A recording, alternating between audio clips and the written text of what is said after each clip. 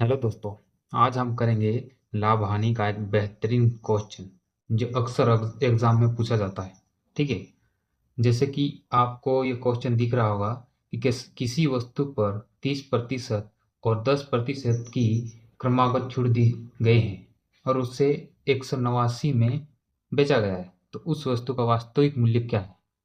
तो उस वस्तु का हमें वास्तविक मूल्य निकालना है। जैसे कि आपको दिया है 30%। ठीक है। 30% का छूट है।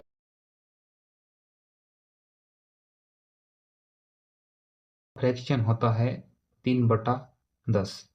30% का फ्रैक्शन होता है 3/10। ठीक है। 30% का होता है। ओके। और 10 का क्या होता है? 10% का होता है 1/10।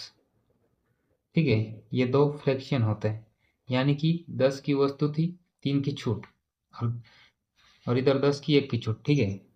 तो सबसे पहले हमें क्या करना है, 189 यहाँ लिखना है। और ये 10 पे 3 की छूट, यानी कि हमें अगर ऐसा दिया हो जैसे कि छूट के बाद वस्तु दी गई और हमें वास्तविक मूल्य पूछा हो, तो हमें क्या करना है, ऊपर 10 लिखना है और नीचे छूट यानी कि 7 गुणा 10 ऊपर 1 की छूट यानी कि 9, 9 नीचे। अब काटेंगे, 9 1 9, 9 दूनी 18 और 9 कम 9, डबल जीरो और 7 दिया 21। 2 जीरो और 2 जीरो ये यहाँ लगा देंगे, हमारा उत्तर क्या आ जाएगा, 30,000। ठीक है। हमारा उत्तर 30,000 आ जाएगा, 30,000।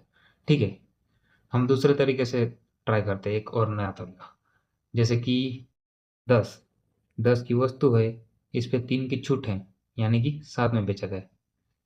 और दूसरे पे 10 की वस्तु 1 की छूट पे 9 में बेचा गया। ठीक है। इधर आ जाएगा 100, इधर इधर आ जाएगा 100 और इधर 7 गुणा 9। इसी प्रकार लिख लो। अभी इनका गुणा मत करो ताकि काटने में आसानी हो। यानी कि 189 इसके बराबर 189 दिया है, तो 9 दूना 18, 9 कम 9, इनको काटने पे आया 7 या 21, यानी कि 300। अब 300 का गुणा 100 में करेंगे, इस 100 में, क्योंकि वास्तविक मूल्य पूछा है। तो हमारा उत्तर क्या आ जाएगा, 30,000। ठीक है। इनका और उनका गुना करने पे 1318 था, लेकिन चूंकि हमें काटना है तो इसीलिए अगर काटना थोड़ा आसान हो जाए इस कारण से हमें इनका गुना नहीं करना, डायरेक्ट लिख लेना ताकि एक एक से काट सके। ठीक है। और वैसे इनका फ्रैक्शन है, यानी कि 10 की चीज 3 की छूट के बाद 7 पे, 10 की चीज 3 की छूट के बाद 9 में। यानी कि इस प्रकार अगर हमें छूट के बाद वाला मूल्य दिया हो तो हम इनका उल्टा करके गुणा कर देंगे तो उत्तर आ जाएगा। ठीक है।